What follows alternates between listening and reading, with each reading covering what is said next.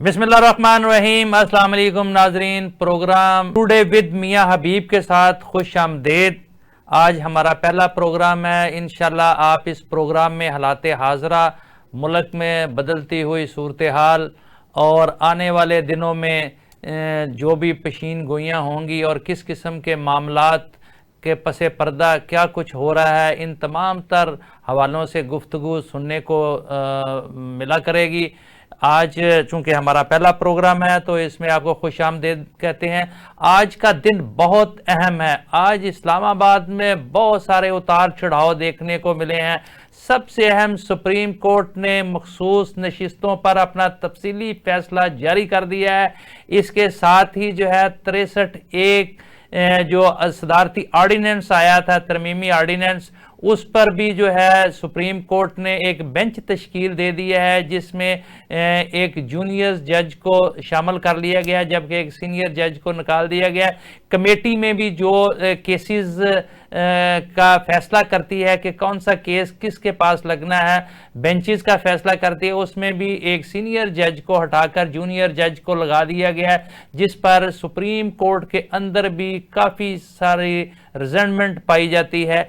इसके अलावा जो है आज अहम जो सबसे बड़ी तकर्री हुई है, DGISI जो है वो चेंज हो गए हैं और नए DGISI जनरल आसम मलिक को जो है वो तैनात किया गया है। इससे क्या असरात मरतब होंगे, क्या जो एक रूटीन में मामला चल रहे थे उसमें भी कोई तब्दीली आएगी, क्या इस बहुत बड़ी जो एक तब्दीली है ISI के सरबराह की, उससे पाकिस्तान की सियासत और जो मामलात इस वक्त चल रहे थे उनमें क्या कोई यू टर्न लिया जा रहा है, क्या एस्टेब्लिशमेंट ने हालात और मामलात के पेश नज़र जो है वो अपनी डायरेक्शन चेंज कर दी है, इस पर भी हम गुफ्तगू करेंगे। और इसके अलावा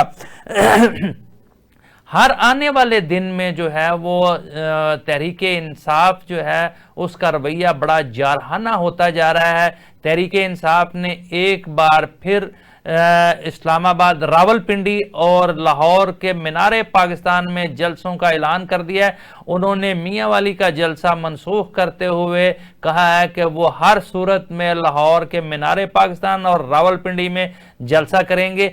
आज वो सुप्रीम कोर्ट के फैसले के बाद एक फातिहाना अंदाज में जो है वो सामने आए हैं और उन्होंने फौरी तौर पर मुतालबा भी किया है कि हमारी नशिस्तें, मखसूस नशिस्तें जो हैं वो हमें अलाट की जाएं।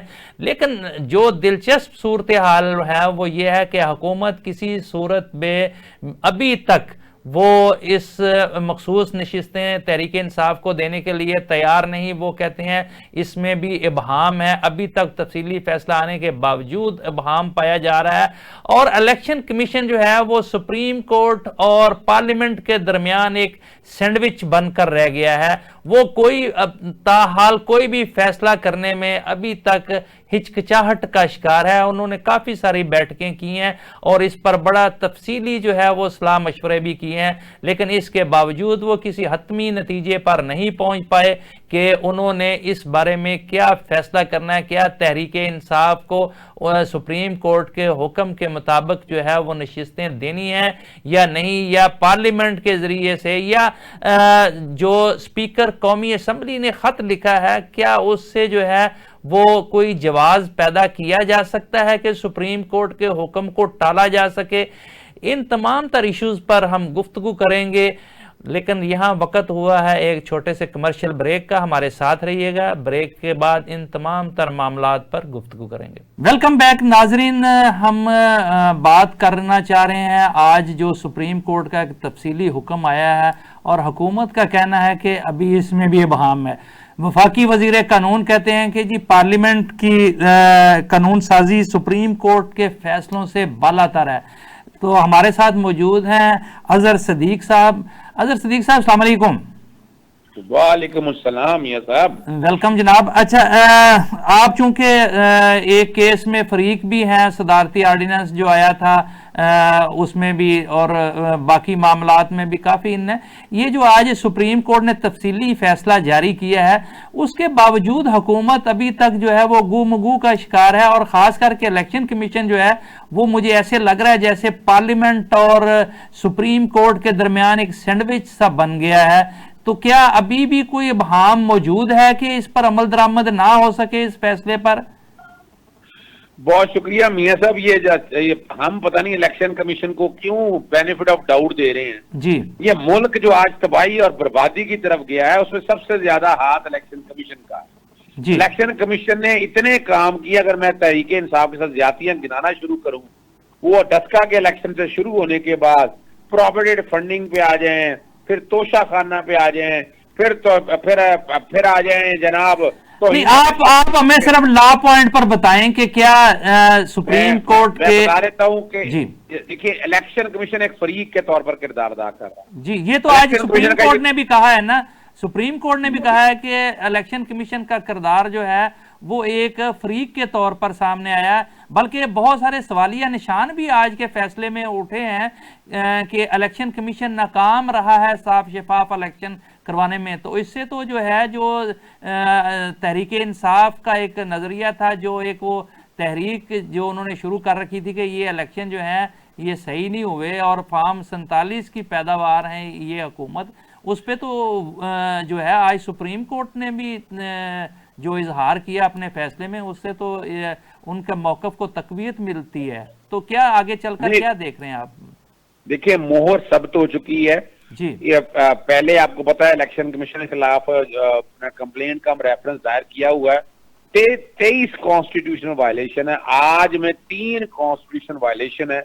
ये सारा कंप्लेंट उसी में इजाफी करके बाकायदा रेफरेंस भिजवाया जाएगा। इसी तरह जो फाजिल जज साहिबान है, जस्टिस अमीन, जस्टिस नईम अफर अफगान साहब, उन्होंने लार्जर बेंच के फैसले के बारे में जो रिमार्क्स दिए, वो जो यानी माइनॉरिटी व्यू जो है मेजॉरिटी व्यू को ओवरटेक नहीं कर सकता, ओवरटर्न नहीं कर सकता, लेकिन उन्होंने कमाल ही कर दिया और उस चीज को सामने रखते हुए उनके अगेंस्ट भी कंप्लेंट और बाकायदा फैसला। लेकिन जहां तक आजम निसार साहब हमारे दोस्त हैं, उन्होंने आईनी केसेस तो किए कोई नहीं है ना, और आइन जरा समझना जरा मुश्किल काम है। बातें हैं उनसे आप जितनी मर्जी करा लें, दुख और अफसोस इस बात का है कि क्या ये सीटें उनकी हैं? सही। उनका क्या ताल्लुक है सीटों से? सीटें तो पाकिस्तान तहरीके इंसाफ है, उसे सिंबल का निशान गलत लिया गया, सुप्रीम कोर्ट ने अपनी गलती की तस्दीक कर दी, आज बता दिया कि सिंबल नहीं लिया जा सकता था। ये बिल्कुल उसी तरह से ही है कि आपको याद होगा तहरीके अदम एतमाद जो है वो 3 अप्रैल को रिजेक्ट हो गई थी, सुप्रीम कोर्ट ने मैटर टेकअप किया, 7 अप्रैल को फैसला दिया, 9 अप्रैल को घड़ियां पीछे गई और 3 अप्रैल को तहरीके अदम एतमाद पे दोबारा वोटिंग हुई। ये बिल्कुल इसी तरह ये हुआ कि जब आपने जनवरी के अंदर 13 जनवरी को जब सिंपल ले लिया गया और फॉर्म 33 में नाम नहीं डाला, इसमें सलमान अकरम राजे के उस फैसले का भी जिक्र है कि जिसके तहत ये कहा गया कि जनाब आप फॉर्म 33 में नाम लिख दें, फॉर्म 98 में नाम लिख दें। उन्होंने लिखे ही नहीं ना, वो सारी की सारी सीटें और सारे के सारे जितने आजाद कैंडिडेट है वो पाकिस्तान तहरीके इंसाफ के जीते, सब लोगों ने कवरेज की है। तो इलेक्शन कमीशन का किरदार बहुत मशकूक हो चुका हुआ है इस फैसले के बाद, कोई बहाम नहीं इस फैसले के अंदर। अच्छा, ये बताइएगा कि क्या सुप्रीम कोर्ट के फैसले के बाद इलेक्शन कमीशन के खिलाफ भी कोई कार्रवाई हो सकती है? जी तौहीन अदालत मैंने बाकायदा नोटिस दिया हुआ है। 14 सितंबर का फैसला आने के बाद मैंने बाकायदा उनको इंटीमेशन दी है कि जनाब आपके खिलाफ तौहीन अदालत, बल्कि 3 स्पीकरों ने जो खत लिखे वो भी उन्होंने आइन तोड़ा।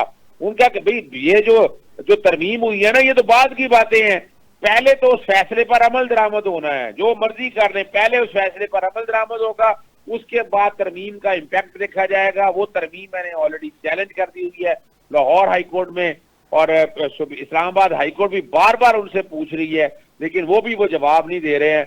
तो अल्टीमेटली जो बातें सारा आप सम अप करके अगर बातों को समझें कि इलेक्शन कमीशन बुराई की जड़ है, आज वो फैसले पे उसे अमल दरामद करना चाहिए।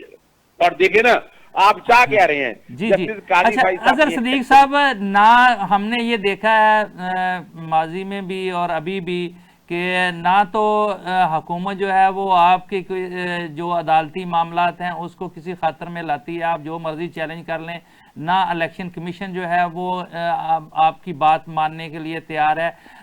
अभी जो है वो स्पीकर कौमी असम्बली ने एक ख़त लिखा है इलेक्शन कमीशन को कि आप जो है ये सीटें जो हैं वो हमें एलोकेट करें, इनको जो जिन लोगों को आपने पहले की थी।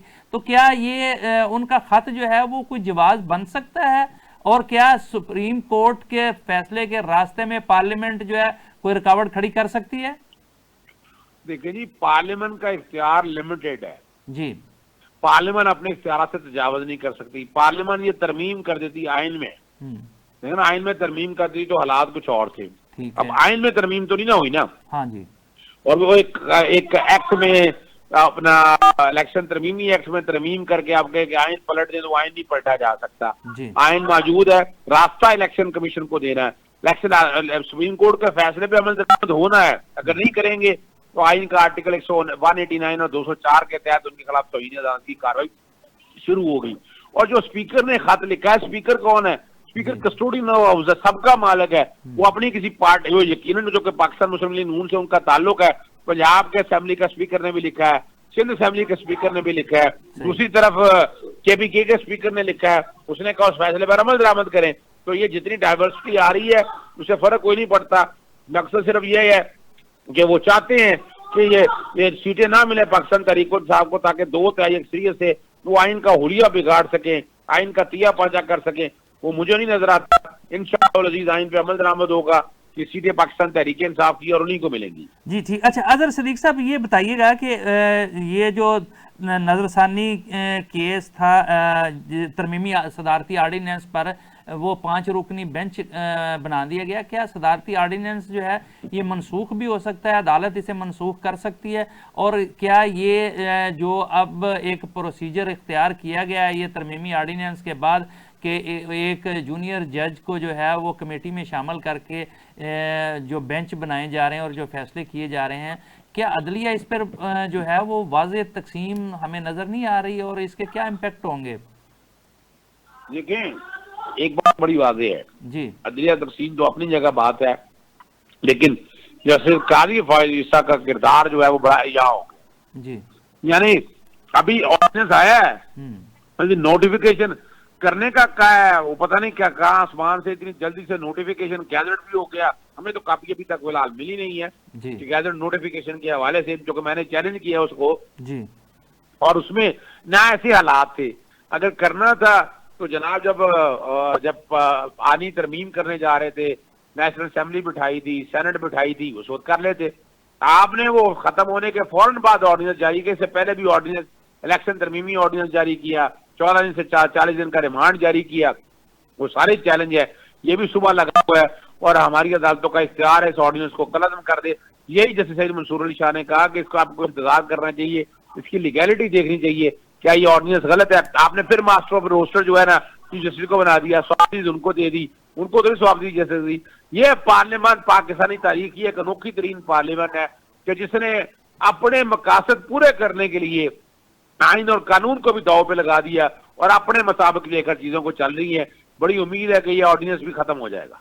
अच्छा, ये तो उम्मीद है ना, लेकिन हुकूमत तो है वो अपनी मनमानी किए जा रही है, और अगर वो सुप्रीम कोर्ट का फैसला नहीं मानती और वो कहते हैं जी कि आइन पार्लियामेंट जो है वो सुप्रीम अदारा है और हम जो है वो इसको नहीं मानते, क्योंकि वो उन्होंने एक जो जवाब पैदा किया, उन्होंने कहा है जी कि ये अगर सिंबल नहीं है किसी सियासी जमात के पास तो उसके बाद वो उनके अरकान जो हैं वो आज़ाद तस्वर होंगे और वो 3 दिन के अंदर जो है वो अपना डिक्लेरेशन फाइल करेंगे। तो वो उनका कहना है कि ये अभी भी इबहाम है, सुप्रीम कोर्ट का तफसीली फैसला आने के बावजूद अभी तक इबहाम है और हम वही तरीकाकार इख्तियार करेंगे जो आइन में मौजूद है। क्या कहेंगे आप? देखिए, आइन में तो ये नहीं, जो इन्होंने तरमीम की है वो तो आइन में है ही नहीं जी। देखिए ना, इन्होंने तो एक एक्ट के जरिए तरमीम की है ना, और पार्लियामेंट ने अपने हिसाब से तजावुज किया। पार्लियामेंट मादर पिजराजाद नहीं है, जो कोई भी ये कहता है गलत कहता है। पार्लियामेंट मादर पिजराजाद नहीं है। और इसमें आपको याद होगा 18वीं तरमीम चैलेंज हुई, 19वीं तरमीम चैलेंज हुई, 21वीं तरमीम चैलेंज हुई, और कानून तो कई ऐसे हैं जो कलअदम करार दे दिए गए। आपने कंटेम्प्ट ऑफ कोर्ट एक्ट आपको 2012 आपको याद होगा, उसके बाद न्याय की कई प्रोविजन जो हैं। तो अगर देखा है तो ये सिर्फ बातें ही हैं, लेकिन अदालतें आज भी सुप्रीम है, सुप्रीम इस कॉन्टेक्स्ट में है कि पार्लियामेंट के कानून को कलअदम करार दे सकते। अच्छा अजहर सिद्दीक साहब, हमने माजी में भी देखा है कि वकला जो है वो आइन और कानून की बालादस्ती के हवाले से बहुत अहम किरदार अदा करते रहे हैं। हमने बड़ी बड़ी तहरीकें देखी वकला की जानब से जो चलाई गई और जिन्होंने जो है वो धारे तब्दील कर दिए।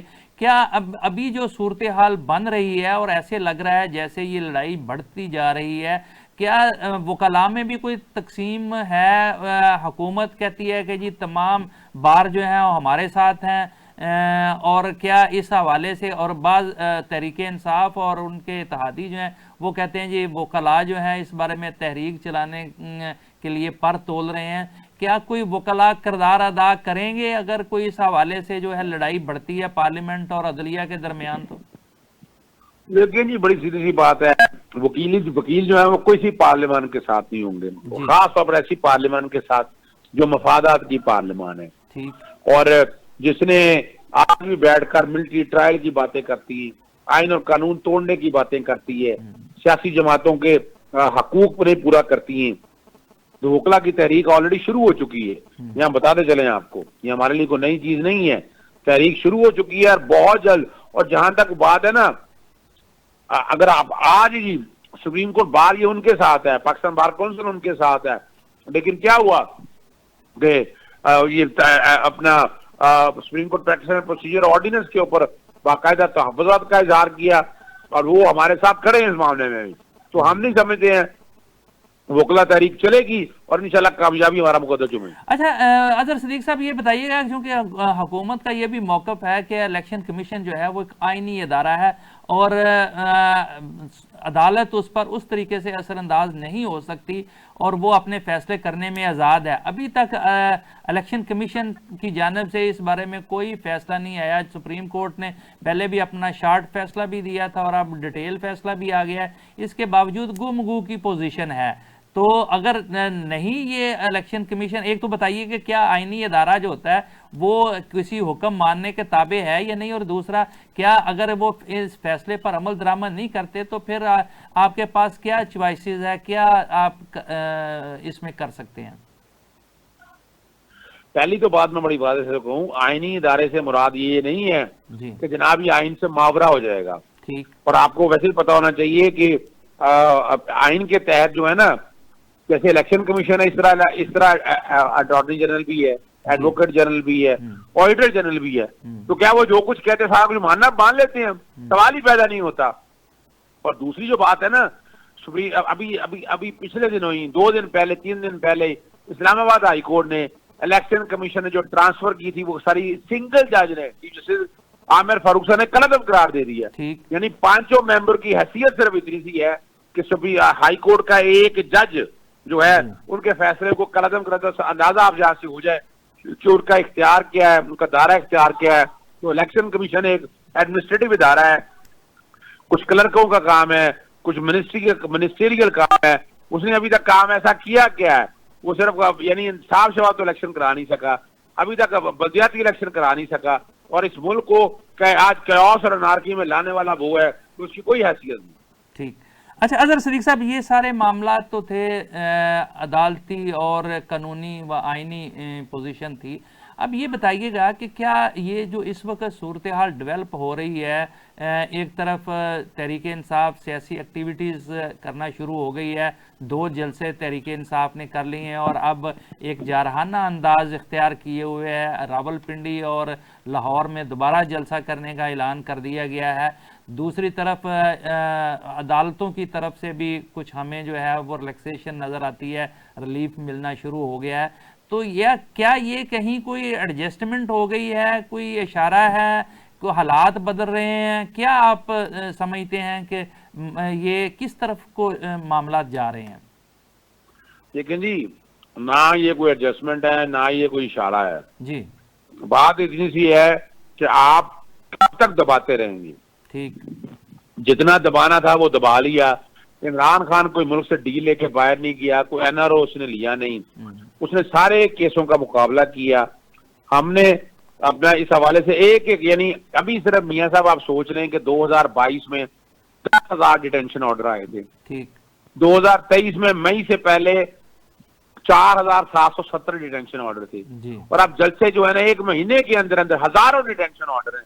सिर्फ लाहौर के डिप्टी कमिश्नर ने 487 डिटेंशन ऑर्डर जारी किए, जिसमें सैकड़ों अफराद को जो है गिरफ्तार करके जेलों में डाला गया, कंटेनर लगाए गए, हाईकोर्ट के हुक्म के बावजूद एनओसी मिला और अवाम निकल आई। अवाम लाखों की तादाद में, कि जितनी अवाम जलसे के अंदर थी उसे 2 गुना बाहर थी।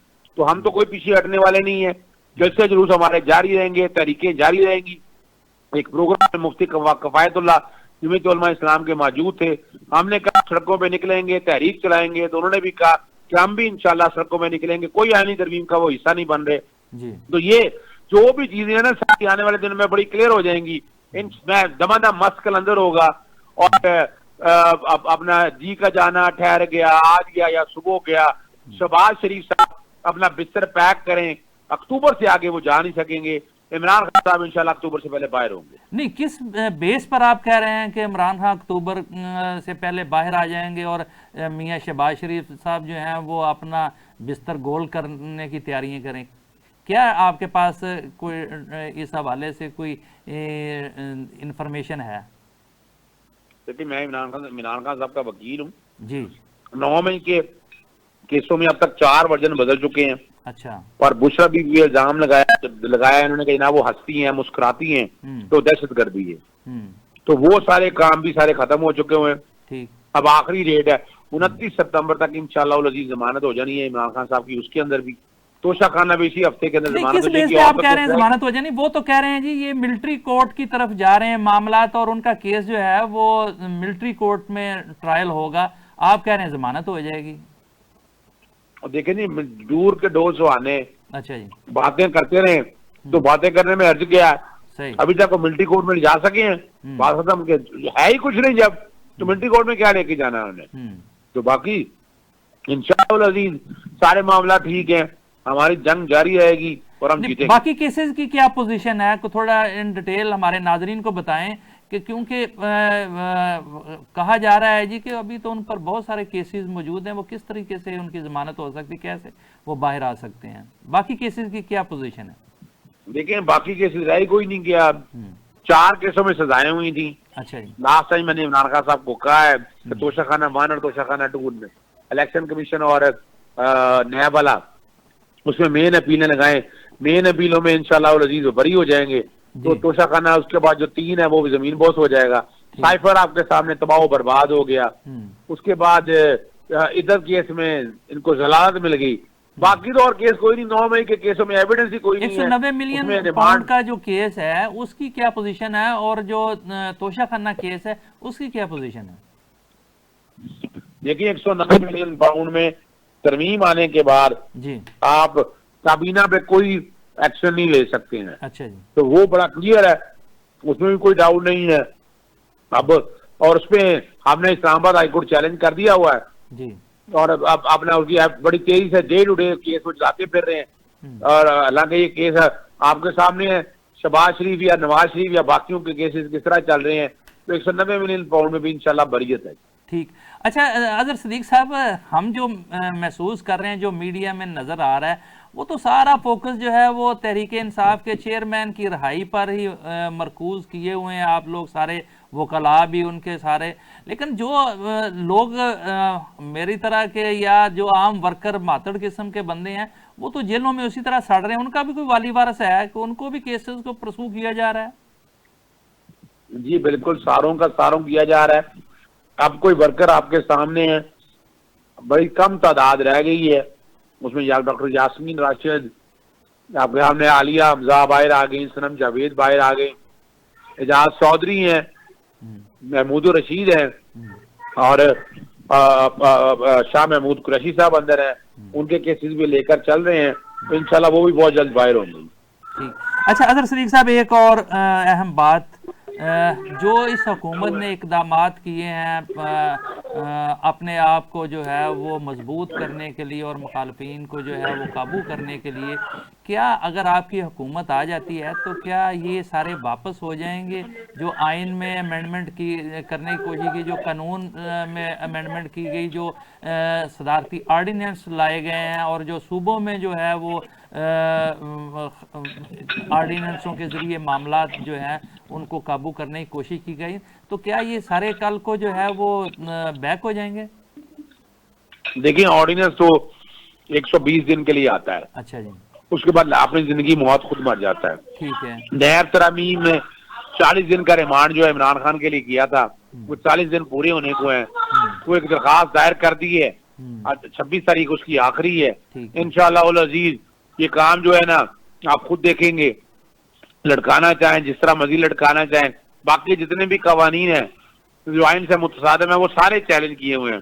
चाहे वो इलेक्शन की तारीख हो, ताहयात नाअहली वाला मामला हो, इलेक्शन तरामीम हो, इलेक्शन एक्ट के अंदर तरामीमें हो, मखसूस सिस्टम के वाले तरामीम हो, ये सारी हमने चैलेंज की हुई है।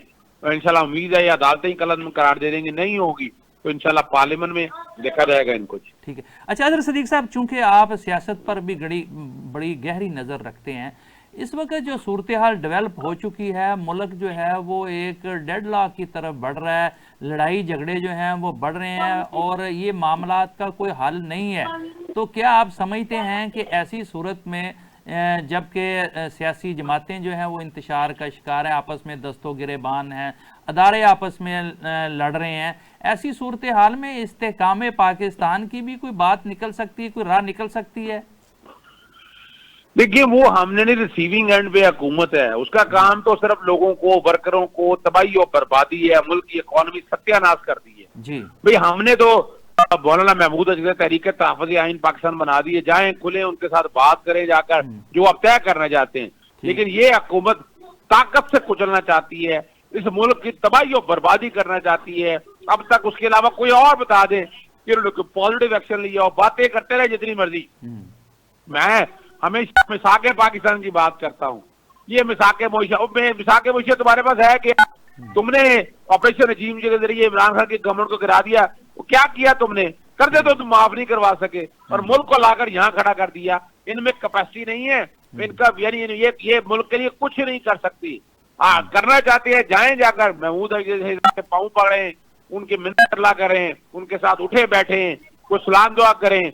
और वो अब अगर समझेंगे कि आप सिविल सुपरमेसी में आगे जाना चाहते हैं, मुल्क को बचाना चाहते हैं, तो किसने कह दिया कि पाकिस्तान तहरीक-ए-इंसाफ पीछे हटेगी? सवाल ही पैदा नहीं होता। लेकिन इनका एजेंडा मुल्क तोड़ना है, मुल्क को तबाह बर्बाद करना है, वो हम साथ नहीं दे सकते हैं। नहीं अजहर सिद्दीकी साहब, ये कहना बहुत आसान है कि और हर सियासी जमात जो है दूसरे को मुल्क दुश्मन करार दे देती है। 1 मिनट से पहले जिस तरह हमारे उलमा हजरात जो हैं वो इस्लाम से खारिज कर देते हैं, लेकिन क्या ये जो सूरत हाल बन रही है इसमें तहरीक इंसाफ पर भी जिम्मेदारी आयद नहीं होती कि वो कोई अफहाम व तफहीम वाला मामला निकालें, कोई जिससे जो है वो आगे? जी, मेरा ख्याल है अजहर सिद्दीकी साहब से हमारा राब्ता मुनक़ता हो गया है। और नाजरीन, हम गुफ्तगू कर रहे थे मौजूदा सूरत हाल पर। बहुत सारी चीज़ें ऐसी हैं जो जवाब तलब हैं, जो जिनके बारे में बहुत ज़्यादा इबहाम पाया जा रहा है। पाकिस्तान का हर शहरी जो है वो इस वक्त ज़ब का शिकार है, अफरा तफरी का शिकार है कि न जाने सूरत हाल किस तरफ को जो है वो चली जाएगी। पाकिस्तान में जो है आने वाले दिन में क्या मामला जो हैं रुख इख्तियार करते हैं, क्योंकि अभी तक पाकिस्तान में जो है वो हालात स्ट्रेंथन नहीं हो रहे। इलेक्शन के बाद लोगों ने ये समझ रखा था, सोच रखा था कि शायद जो है वो सूरत हाल जो है वो बेहतरी की तरफ चली जाएगी और जो नई हुकूमत आएगी वो मामलात को बेहतर अंदाज से लेकर चलने के काबिल होगी और मामलात बेहतर हो जाएंगे। लेकिन 6-7 माह गुजरने के बावजूद अभी तक जो है वो हालात जूं के तूं हैं, बल्कि हर आने वाले दिन में जो है वो इंतशार बढ़ रहा है। पाकिस्तान की सियासत जो है वो एक दूसरे के साथ तावन की बजाय अदम तावन और बल्कि जो है वो दुश्मनी की सतह पर आ गई है। तो ऐसी सूरत हाल में आम आदमी का क्या कसूर है कि वो उन्होंने वोट देकर एक स्ट्रेंथन गवर्नमेंट की ख्वाहिश जाहिर की थी, लेकिन हमारे अदारे भी दस्तों गिरेबान हैं और हमारी हुकूमतें और अपोजिशन जमातें और सियासतदान जो हैं वो उनको शायद इस बात का इदराक नहीं है। हालत ये है कि इस वक्त जो है वो आम आदमी का जीना दोभर हो चुका है, लोगों को रोजी रोटी के लाले पड़े हैं, कारोबार चल नहीं रहे। तो लोग कहते हैं, लोग बहुत बेजार हैं इस वक्त। लोग कह रहे हैं कि खदारा ये सियासी खेल खिलवाड़ जो हैं इनको एक तरफ रखें, पाकिस्तान को आगे लेकर चलने की बात करें, पाकिस्तान में कारोबार को के फ़रोग़ के लिए कोई आपस में बैठकर कोई बात करें। तो पार्लिमानी जमहूरी सिस्टम भी जो है वो तो उसका बुनियादी तकाजा ये है कि वो चाहते हैं कि एक दूसरे के साथ तावन के साथ आगे बढ़ा जाए। और सियासत जो है वो खिदमत का नाम है, वो लड़ाई झगड़ों का नाम नहीं, वो एक दूसरे को नीचा दिखाने का नाम नहीं। लेकिन बदकिस्मती हमारी ये है कि पाकिस्तान में तमाम तर मामला जो हैं वो हम अगर उनका जायज़ा लें तो वो लड़ाई से शुरू होते हैं और लड़ाई पर ही ख़त्म होते हैं। हम जो है वो एक दूसरे से तावन करने की बजाय एक दूसरे को नीचा दिखाने की सियासत कर रहे हैं, जिसकी वजह से मुल्क जो है वो हर आने वाले दिन में एक बंद गली की तरफ जा रहा है। खदारा इस पर सोचिएगा। नाजरीन, प्रोग्राम देखने का बहुत शुक्रिया, आप हमारे साथ रहे। अल्लाह हाफिज़।